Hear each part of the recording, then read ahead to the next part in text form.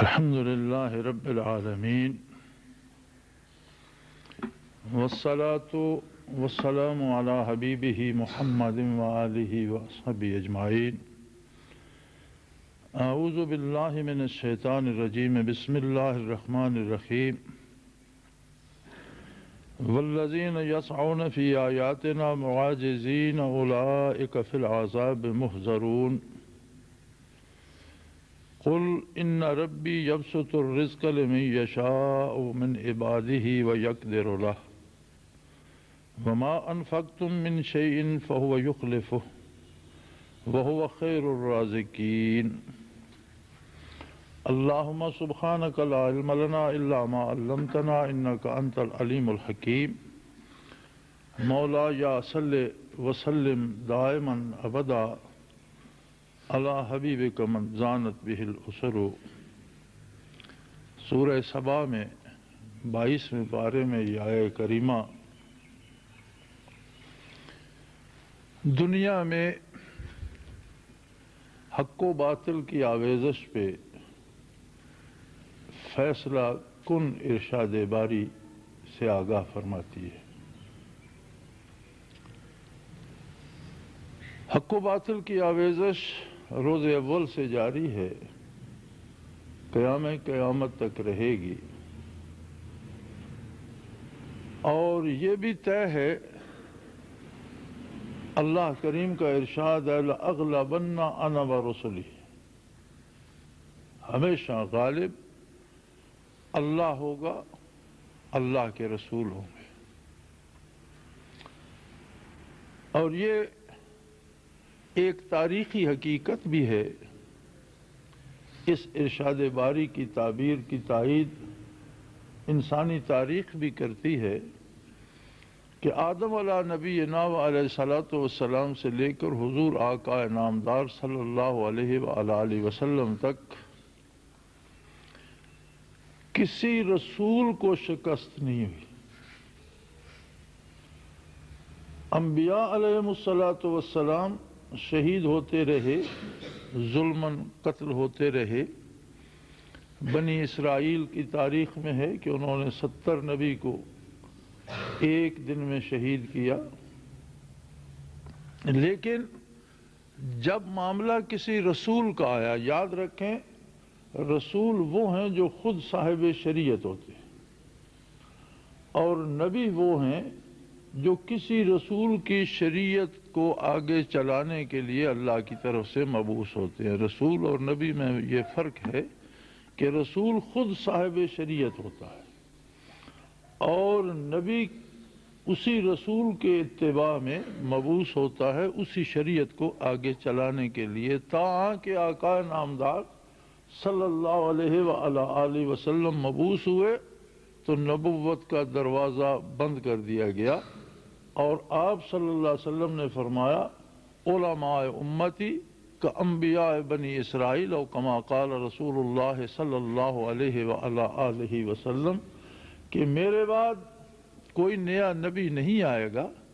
میری امت کے علماء حق جو میرے دین کی پورے خلوص کے ساتھ اشاعت کریں گے اور اس میں اپنی زندگیاں لگا دیں گے، ان کا اعزاز اور منصب ایسا ہی ہوگا جیسے پہلی امتوں میں یا بنی اسرائیل میں نبی مبعوث ہوتے تھے.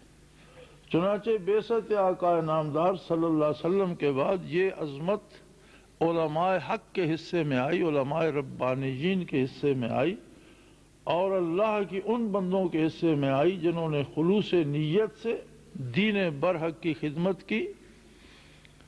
اب بے شمار ایسے اسماء گرامی ہیں جو مساجد میں پیدا ہوئے، جن کے والدین بھی قال اللہ قال رسول پڑھاتے تھے، انہی گھروں میں پیدا ہوئے، مساجد میں پروان چڑھے، دین پڑھا، اور دین پڑھاتے وہیں داعی اجل کو لبیک کہا. کتنے خوش نصیب تھے وہ لوگ کہ جو اس دنیا کی آلائشوں سے یکسر الگ اور مبرہ رہ کر اللہ کے دین میں اپنی زندگیاں بسر کر گئے. اور یہ انہی لوگوں کا احسان ہے کہ من و عن ارشادات باری اور ارشادات پیغمبر صلی اللہ علیہ وآلہ وسلم ہم تک پہنچے۔ اب ہماری باری ہے، اللہ کریم ہمیں خلوص بھی دے، ہمت بھی دیں، توفیق بھی دیں کہ ہم دین سیکھیں بھی اور آنے والی نسلوں تک اللہ کا دین اور اللہ کے نبی کے ارشادات پوری امانت داری سے پہنچائیں بھی۔ تو دین توارث سے پہنچا ہے، وراثتاً پہنچا ہے۔ نبی علیہ الصلوۃ والسلام سے صحابہ کرام نے سیکھا، ان سے تابعین، تبع تابعین نے، اسی طرح اکابر امت اور علماء حق سیکھتے اور سکھاتے چلے آئے، اور انشاءاللہ العزیز یہ سلسلہ جب تک سورج طلوع و غروب ہوتا ہے تب تک جاری رہے گا۔ لیکن حالات و واقعات زمانہ جب ہم دیکھتے ہیں تو بڑی بڑی بھیانک تصویریں تاریخ میں نظر آتی ہیں۔ آپ دور مت جائیے، تاتاریوں کی تاریخ اٹھا کر دیکھ لیجئے۔ وسط ایشیا سے اٹھے جنگلی اور وحشی قوم تھی اور مسلمان ریاستوں کو تاراج کر دیا۔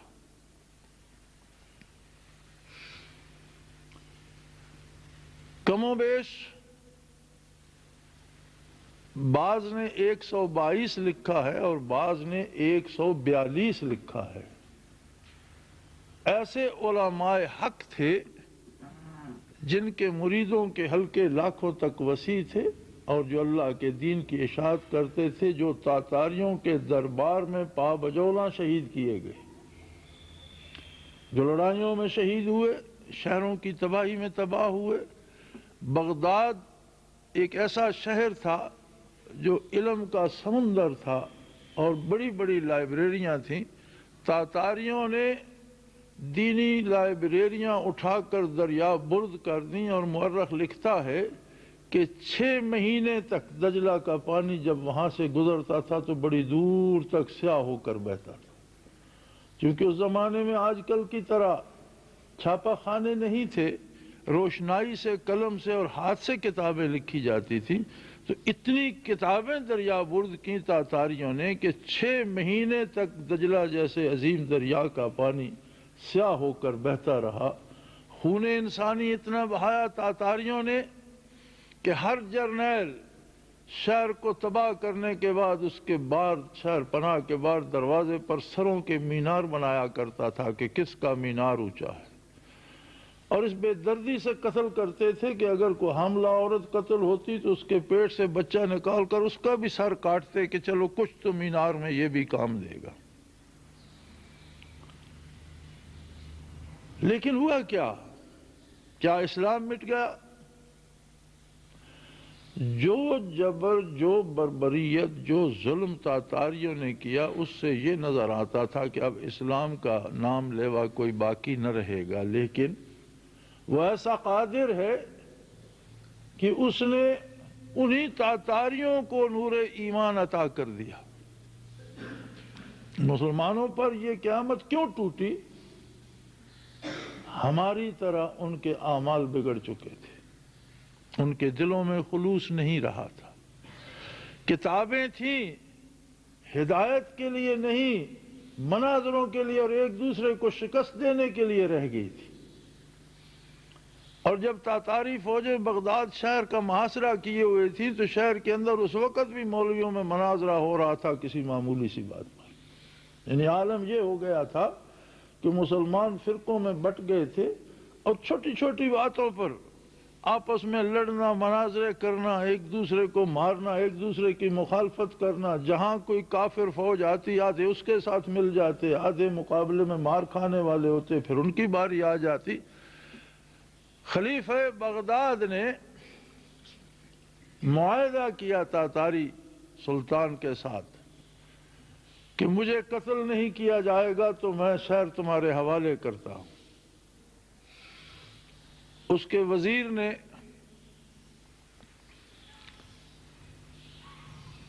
ساز باز کی اور تاتاریوں کو شہر کا راستہ بتایا اور بادشاہ سے بے وفائی کی۔ اسے انہوں نے لالچ دیا تمہیں سلطان بنا دیں گے، لیکن جب شہر فتح ہو گیا، سلطان کو تاتاری دربار میں لایا گیا تو تاتاری سلطان نے حکم دیا کہ اسے قتل تو نہیں کرنا، اسے کسی دری میں لپیٹ دو اور لاتیں مار مار کر اسے اتنا مارو کہ یہ مر جائے، چونکہ اسے ہم نے تلوار سے قتل نہیں کرنا، اس سے وعدہ کیا ہوا۔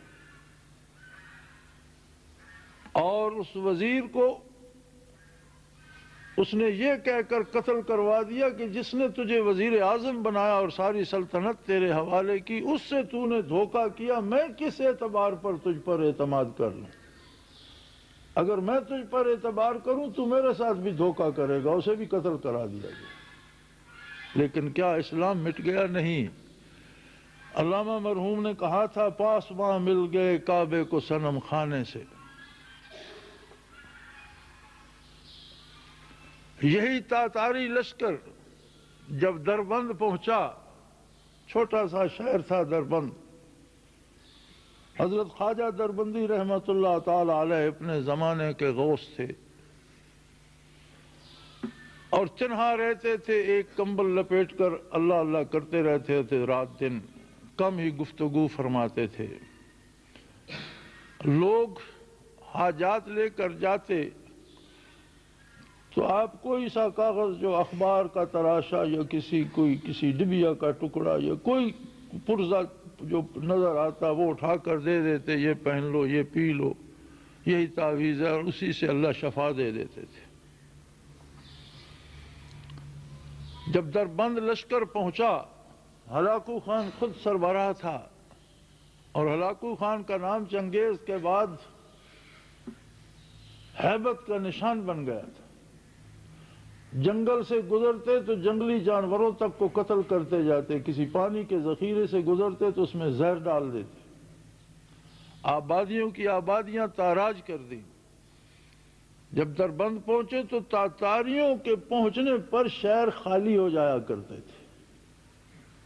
شہر کی خبر لی گئی تو اس کے ایک جرنیل نے کہا کہ ایک بزرگ ہے، ایک مسجد میں بیٹھا اور ایک بندہ ہے اس کے ساتھ، باقی شہر تو خالی ہو گیا۔ تو ہلاکو خان نے حکم دیا اسے گرفتار کر کے لایا جائے۔ اس میں اتنی جرت کہ ہلاکو کی آمد کی خبر سن کر ابھی بیٹھا، انہیں گرفتار کر کے لایا گیا۔ تو ہلاکو نے کہا کہ آپ کس جرت پر شہر میں بیٹھے رہے؟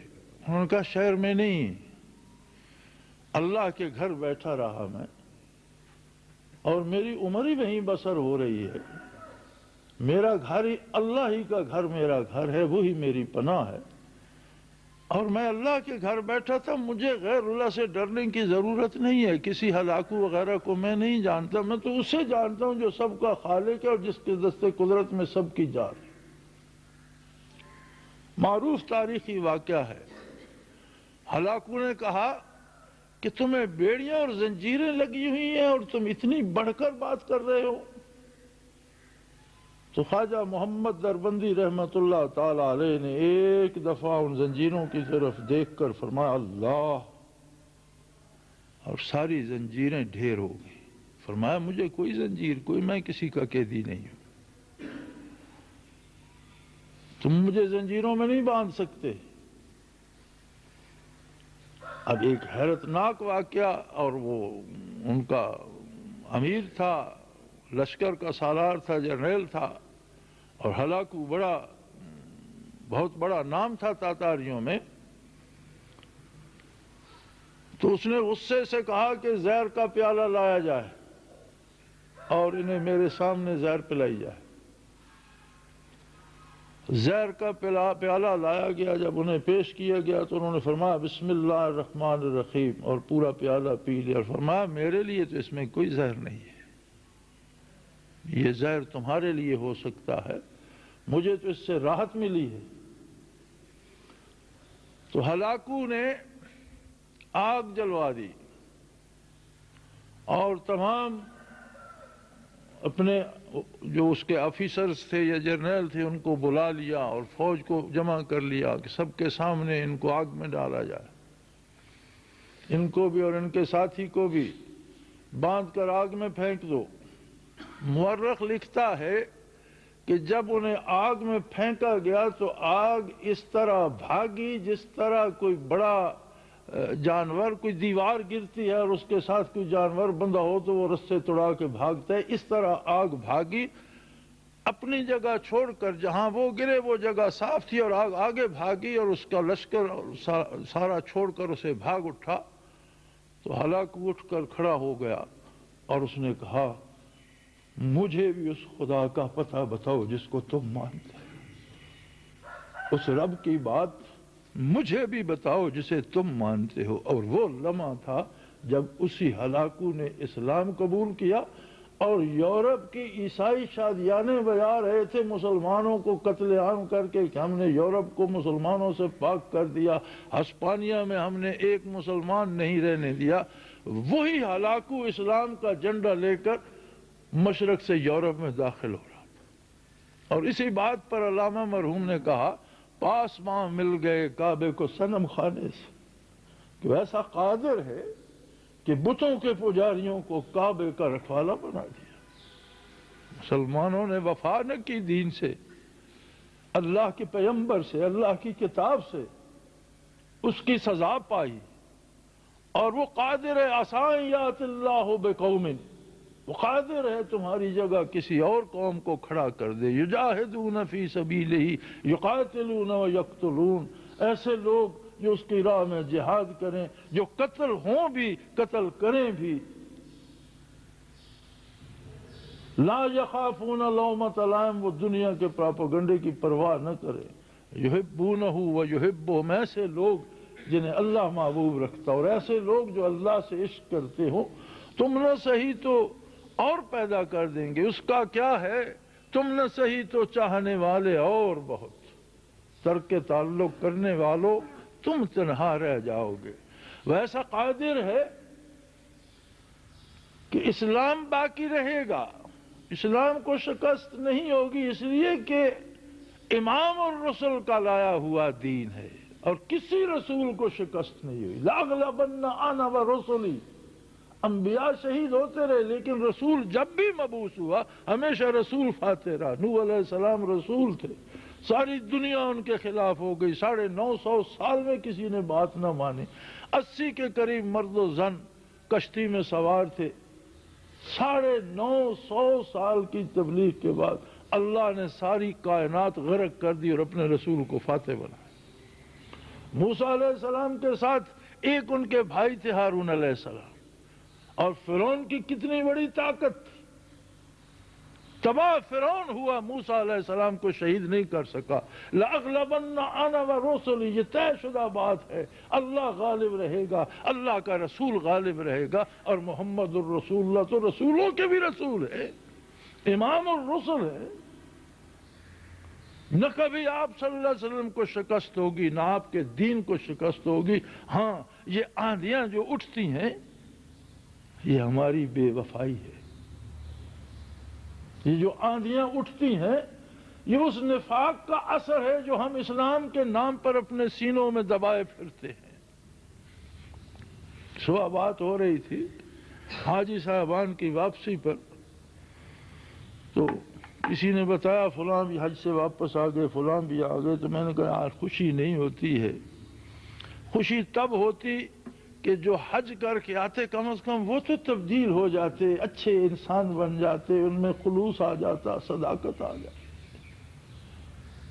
جیسا جاتا ہے بندہ اس سے بھی خراب ہو کے آ جاتا ہے۔ ہم کیا خوشی منائیں کہ فلاں حج کر آیا، اس میں کوئی تبدیلی غیر حاجی اور حاجی میں نظر آتی ہے، کردار میں، گفتار میں، کاروبار میں، معاملات میں۔ تو جب یہ عالم ہوتا ہے مسلمانوں کے دلوں میں، جب وہ خلوص نہیں رہتا، وہ عشق نہیں رہتا، وہ آتش عشق نہیں رہتی، وہ محبت پیغمبر صلی اللہ علیہ وسلم نہیں رہتی، اللہ کی طلب نہیں رہتی، تو پھر ظالم ان پر چڑھ دوڑتے۔ آج بھی دیکھ لو، کم و بیش 56 ریاستیں ہیں روئے زمین پر مسلمانوں کی، کسی ایک ریاست میں اسلامی نظام نافذ نہیں، کوئی ایک ریاست ایسی نہیں ہے جو سود سے پاک معیشت رکھتی ہے۔ تو یہ ہمارا کردار ہے، ہم مسلمانوں کا، ہماری حکومتوں کا، ہمارے حکمرانوں کا، خود ہمارا۔ حکمران تو بدلتے رہے، ایک کے بعد ایک آتا رہا، جو بھی آیا اس نے وہی کیا۔ تو ہمارا یہ کردار جو ہے یہ ظلم کی آندھیوں کا سبب بنتا ہے، لیکن اللہ کا دین بھی رہے گا، اللہ کے مخلص بندے بھی رہیں گے، اور خواجہ محمد دربندی رحمت اللہ علیہ کے جانشین بھی ایسے رہیں گے جن کے سامنے ہلاکو جیسے لوگ بھی کلمے پڑھتے رہیں گے، اور یہ تا قیامت سلسلہ جاری رہے گا۔ اسی پر یہ آیہ کریمہ نے بات کی، فرمایا والذین یسعون فی آیاتنا معاجزین اولئک فی العذاب محضرون۔ جو لوگ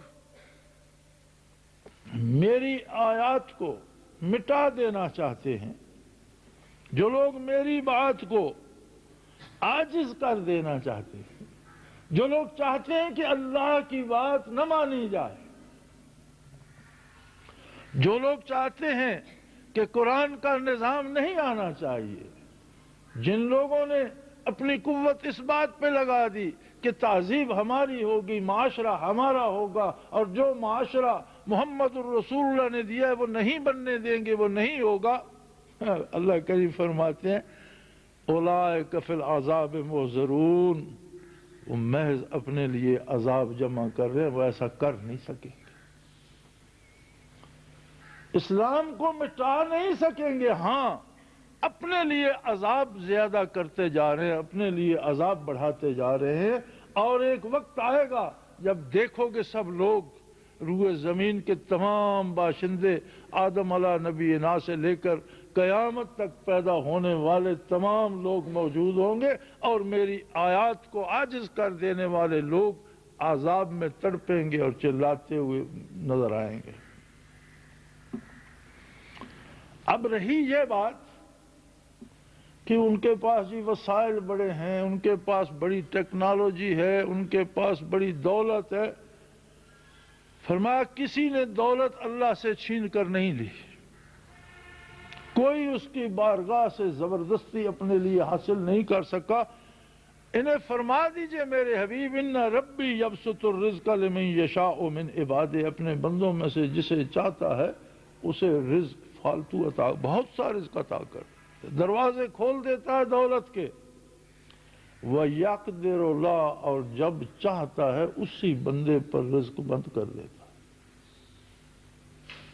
وہ ایسا قادر ہے کہ گدا کو شاہ کر دے اور شاہ کو گدا کر دے، تو شاہوں کو گدا کر دے، گدا کو بادشاہ کر دے، اشارہ تیرا کافی ہے گھٹانے اور بڑھانے۔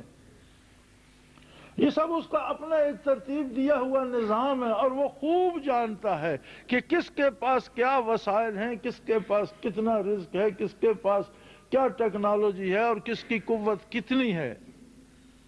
لیکن وہ ایسا قادر ہے، کم من فئۃ قلیلۃ غلبت فئۃ کثیرۃ باذن اللہ۔ تاریخ انسانی اٹھا کے دیکھو، کتنی مٹھی بھر جماعتوں کو، بڑے بڑے لشکروں پر اللہ نے فتح دے دی۔ وسائل اس طرف تھے، افرادی قوت اس طرف تھی، ٹیکنالوجی اس طرف تھی، ادھر افراد بھی تھوڑے تھے، ٹیکنالوجی بھی تھوڑی تھی، اسلحہ بھی تھوڑا تھا، لیکن فتح کم من فئۃ قلیلہ، کتنی تھوڑی تھوڑی جماعتوں کو، غلبت فئۃ کثیرہ، کتنے کتنے بڑے لشکروں پر فتح دی، باذن اللہ، اللہ کے حکم سے۔ آئندہ بھی ایسا ہی ہوگا، شکست کفر کا مقدر ہے۔ جس قدر ظلم افغانستان پر کیا گیا اور جس قدر آگ اور لوہا برسایا گیا، کوئی تصور کر سکتا تھا کہ وہاں زندگی باقی رہے گی؟ لیکن الحمدللہ امریکہ چیخ رہا ہے، افغان ابھی مقابلہ کیے جا رہا ہے۔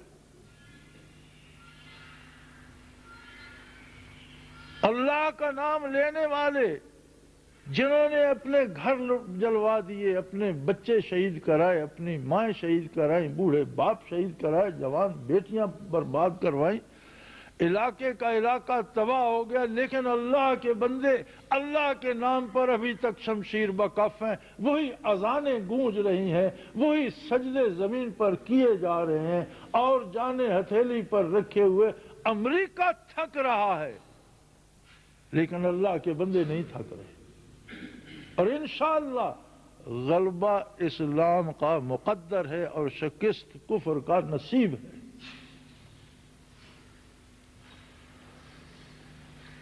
سو فرمایا یہ کوئی بات نہیں ہے کہ کس کے پاس وسائل زیادہ ہیں، ہاں سوچنے کی یہ بات ہے، سمجھنے کی یہ بات ہے، وَمَا أَنفَقْتُم مِّن شَيْءٍ فَهُوَ يُخْلِفُهُ، جو کوشش، جو سرمایہ، جو بات، جو کام تم اللہ کی رضا کے لیے کرو گے وہ ضائع نہ جائے گا، اس کا اجر تمہیں دیا جائے گا۔ تم اس بات کو چھوڑ دو کہ کس طرف وسائل کتنے ہیں، یہ دیکھو کہ اللہ کس طرف ہے اور اس کے لیے تم کیا کر رہے ہو۔ ہماری ایک عجیب عادت ہے، ہم دنیا کے حالات پہ تبصرہ کرتے ہیں، دنیا کی غیر مسلم طاقتوں کی قوت پہ تبصرہ کرتے ہیں، ان کی فوجی برتری پہ تبصرہ، وہ اللہ کریم فرماتے ہیں ان باتوں سے تمہارا کوئی تعلق نہیں ہے، تمہیں دیکھنا یہ ہے کہ تمہارے پاس کیا وسائل ہیں۔ جان تو ہے تمہارے پاس، مال ہے تمہارے پاس، علم ہے تمہارے پاس، طاقت ہے، حکومت، تمہارے پاس کیا ہے؟ تم اللہ کی راہ میں کیا دے رہے ہو؟ تم اپنا حساب، رب فرماتا ہے میرے ساتھ اپنا حساب سیدھا رکھو، باقی سب سے میں خود نپٹ لوں گا۔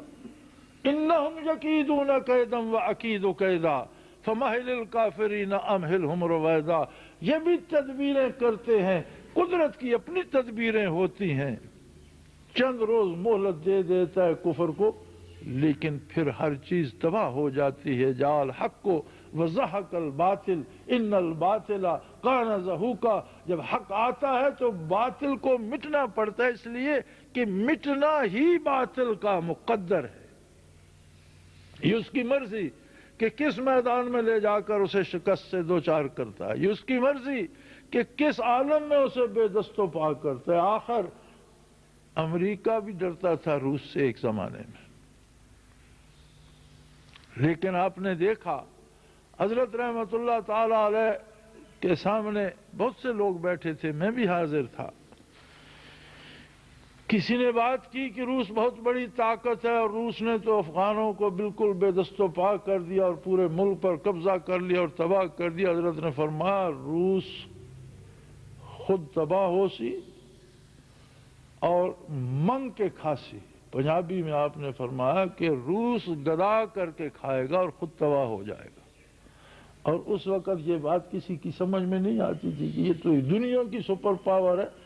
پھر ہم نے دیکھا، ہم گواہ ہیں اس بات کے کہ روس نے دنیا کے سامنے خیرات کے لیے ہاتھ پھیلائے اور اپیل کی کہ میرے بندے بھوکے مر رہے ہیں، میری مدد کی جائے، کوئی ملک مجھے کھانے کے لیے کچھ دے دے۔ وہ ایسا قادر ہے، آج میری کل تمہاری باری ہے، آج روس کی تھی کل امریکہ کی باری بھی آ جائے گی، اور انشاءاللہ مجھے یقین قوی ہے، میرا ایمان ہے کہ اس ظالم کی بربادی بھی ہم دیکھیں گے انشاءاللہ، یہ کوئی دور کی بات نہیں ہے۔ انشاءاللہ العزیز اللہ کا دین باقی رہے گا، نبی علیہ الصلوۃ والسلام کا ارشاد باقی رہے گا، قرآن باقی رہے گا، کلمہ حق باقی رہے گا، اور یہی کلمہ ہے العلیٰ، یہی وہ کلمہ ہے جو بہت بلند ہے، جس میں عظمت الہی کا اقرار ہے، جس میں پیغمبر اسلام صلی اللہ علیہ وسلم کی رسالت و نبوت کا اور آپ کی عظمت کا اقرار ہے۔ اسی کلمے کے نصیب میں ہے کہ یہ سب پر غالب رہے۔ آج جو میں اور آپ سوچتے ہیں کہ اسلام مظلوم ہے، تو اسلام پر ظلم کفر نہیں، وہ مسلمان کر رہا ہے جو اسلام کے ساتھ مخلص نہیں ہے۔ آج اسلام پر ظلم وہ مسلمان کر رہا ہے جو اسلام کے نام پہ چوری کرتا ہے، وہ مسلمان کر رہا ہے جو اسلام کے نام پہ دھوکہ دیتا ہے، وہ مسلمان اسلام پر ظلم کر رہا ہے جو اسلام کے نام پر منافقت کرتا ہے اور دنیاوی مفاد کے لیے بک جاتا ہے، چند ٹکوں کے لیے بک جاتا ہے۔ تھوڑی سی عزت کے لیے بک جاتا ہے، تھوڑی سی شہرت کے لیے بک جاتا ہے، حکومت میں شریک ہونے کے لیے بک جاتا ہے۔ کیسی عجیب بات ہے کہ کیسے کیسے لوگ اس طرح بکتے ہیں جس طرح قربانی پر جانور بیچے جاتے ہیں۔ یہ کردار جو ہے آج کے مسلمان کا، یہ سبب بن رہا ہے ظلم کے بڑھنے کا اور کفر کی آندھیوں کو بڑھانے کا۔ لیکن یاد رکھو، اگر ساری اسلامی ریاستیں بھاگ گئی تو اللہ کا ایک بندہ تو بیٹھا رہا، خواجہ محمد دربندی رحمۃ اللہ تعالی، اسے کسی بڑی فوج کی ضرورت نہیں ہے۔ اگر خدا نخواستہ ہم سب بھی ساتھ چھوڑ دیں گے، پھر بھی کوئی بندہ تو اس کا ایسا ہوگا جو حق کا علم بلند کیے اس کی ذات کے بھروسے پر بیٹھا رہے گا اور کفر کے لیے چیلنج بنا رہے گا، اور شاید خوش نصیب ہوگی وہ قوم جسے اس کے توفیل ایمان نصیب ہو جائے گا۔ اس لیے کہ اسلام کو رہنا ہے، قرآن کو رہنا ہے، دین برحق کو رہنا ہے، اور غلبہ محمد الرسول اللہ کے لیے اور آپ کے دین کے لیے ہے، اور طے شدہ بات ہے لَأَغْلَبَنَّ أَنَا وَرُسُلِي، میں غالب رہوں گا، میرے سارے رسول غالب رہیں گے، اور ہر رسول فاتح رہا، کسی رسول کو تاریخ میں شکست نہیں۔ حالات تو اس سے بھی بدتر ہوتے رہے۔ حالات نے تو آقا نامدار صلی اللہ علیہ وسلم کو اور آپ کے جانثاروں سمیت شیب ابو طالب میں بند کر دیا، اور مقاطعہ کر دیا قوم نے کہ کوئی انہیں پانی کا قطرہ بھی نہ دے اور دانے کھانے کا بھی کوئی ایک دانہ بھی نہ دے۔ لیکن مٹا کون؟ کفر مٹ گیا اور حق غالب آیا۔ فتح محمد الرسول اللہ کے قدم چومتی تھی، فتح آپ کے غلاموں کے قدم چومتی تھی، اور جن گھوڑوں پر دوڑا دوڑا کر لوگوں نے غلبہ اسلام کے لیے جہاد کیا، اللہ کو اتنے پیارے تھے کہ ان گھوڑوں کے سموں کی قسمیں کھائی رب العالمین نے۔ سوار تو سوار رہے، قرآن حکیم میں ان گھوڑوں کے سموں اور ان سے اڑتی ہوئی چنگاریوں کو غلبہ اسلام پر گواہ قرار دیا رب العالمین نے، کہ میں ان گھوڑوں کی قسم سے مراد ہوتا ہے کہ جس کی قسم کھائی جائے اسے گواہ بنایا جاتا ہے۔ فرمایا میرے ان مجاہدوں کے گھوڑوں کی سموں سے اڑتی ہوئی چنگاریاں بھی اس بات پہ شاہد ہیں کہ اللہ کا دین غالب رہے گا، اللہ کے بندے غالب رہیں گے، اور غلبہ ان کے لیے ہے جو اللہ پر بھروسہ کریں گے اور محمد الرسول اللہ کی غلامی کا حق ادا کریں۔ لیکن بات بڑی پتے کہ قرآن کریم کی ہر بات پتے کی ہوتی ہے، اور حق یہ ہے کہ قرآن کی کوئی ایک آیت نازل کر دی جاتی اور باقی سارا قرآن نازل نہ ہوتا تو پوری انسانی زندگی کے لیے وہ ایک آیت کافی تھی۔ ہر آیت میں پوری انسانی زندگی کا مفہوم بیان ہو جاتا ہے۔ یہ اعجاز ہے قرآن کا۔ پھر اتنا قرآن اس نے کیوں نازل فرمایا؟ یہ اس کا احسان ہے کہ اس نے مشت غبار کو اپنے کلام سے آشنا کر دیا، اور اتنا کم و بیش 6,500 آیات نازل فرما دی۔ لیکن بدنصیبی دیکھیے کہ جس قرآن کی ایک آیت زندگی کا نظام ترتیب دینے کے لیے کافی ہے، اس کی 6,666 آیتیں ہم پر اثر نہیں کر پا رہے۔ کیسی عجیب بات۔ حضرت موسیٰ علیہ نبینا علیہ الصلوۃ والسلام سے جب سوال کیا گیا، ما تلک بیمینک یا موسیٰ، طور پر سوال ہوا، اللہ کریم نے پوچھا موسیٰ یہ تمہارے دائیں ہاتھ میں کیا ہے؟ جواباً عرض کیا ہے یہ عصائی اتوکل علیہا واحش بہا علی غنمی ولی فیہا معارب اخری، یہ میرا عصا ہے، میں اس پر ٹیک بھی لگاتا ہوں، اس سے اپنی بکریاں بھی چراتا ہوں، اور بہت سے دوسرے اس کے مفادات اور فائدے گن دیے۔ مفسرین کرام اس کی تفسیر پہ جب بحث فرماتے ہیں تو فرماتے ہیں کہ ادب تو یہ ہے کہ جو بات پوچھی جائے اس کا جواب دے دیا جائے۔ یہ تقاضائے ادب ہے کہ جو بات پوچھی جائے اس کا قصہ نہ بنایا جائے، اسے بڑھایا نہ جائے، جتنی بات پوچھی جائے اتنا جواب دیا جائے۔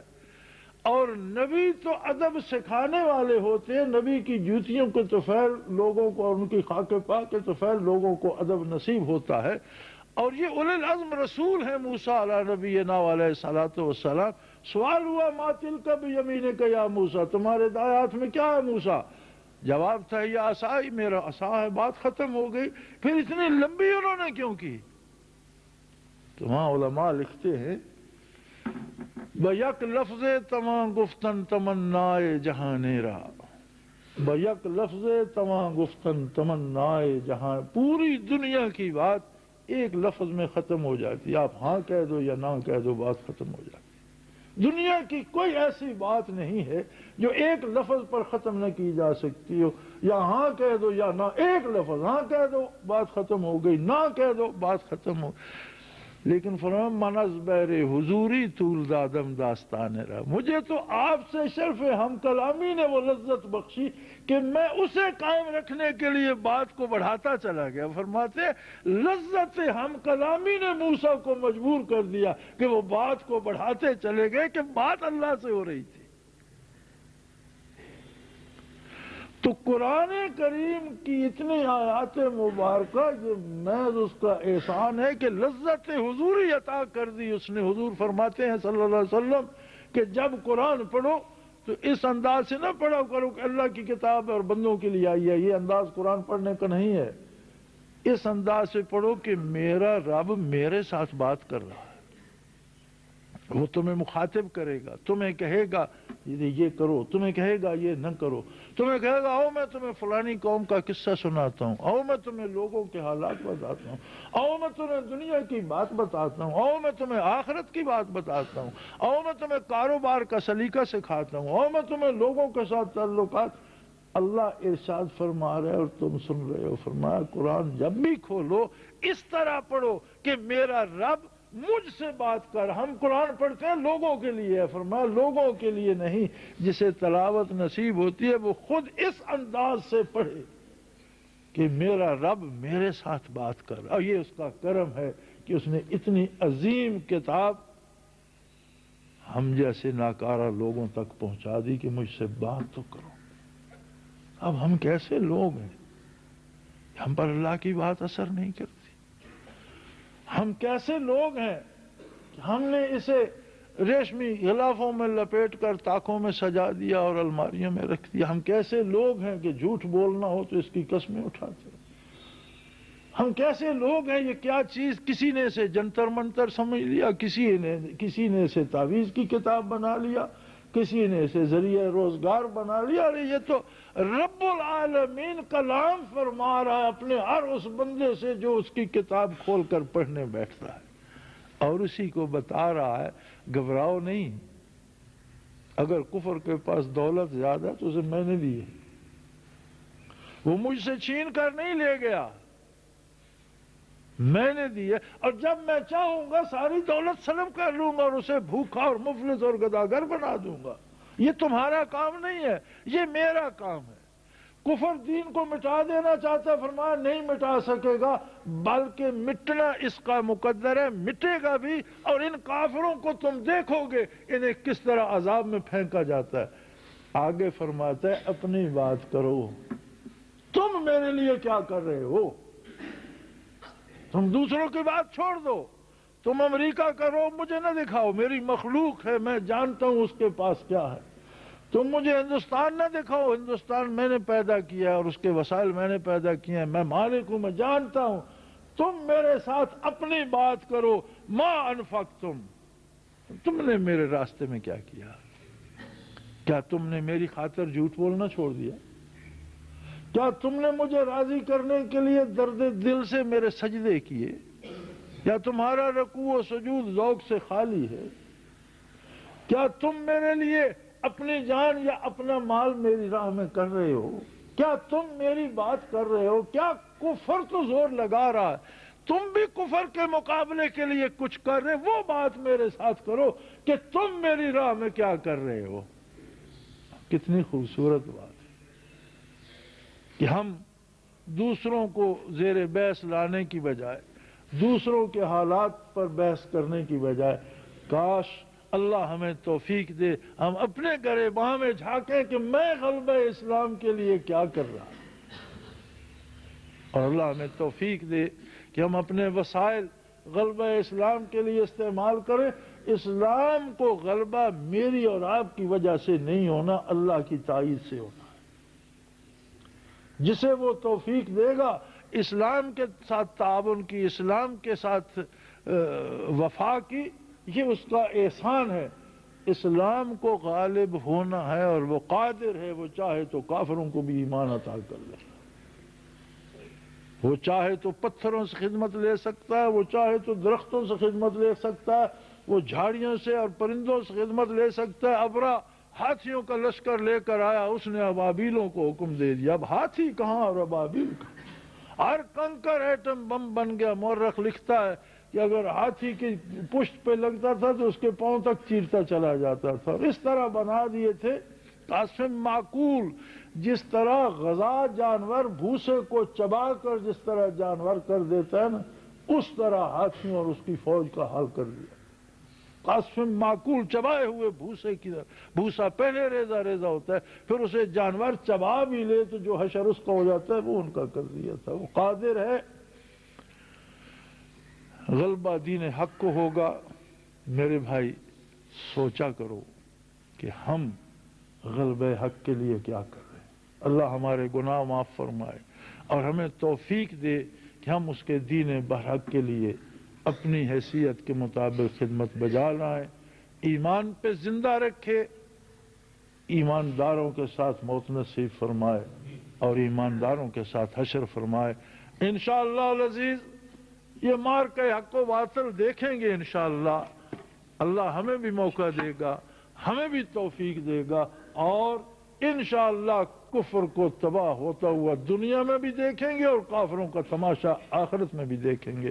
وآخر دعوانا ان الحمدللہ رب العالمین۔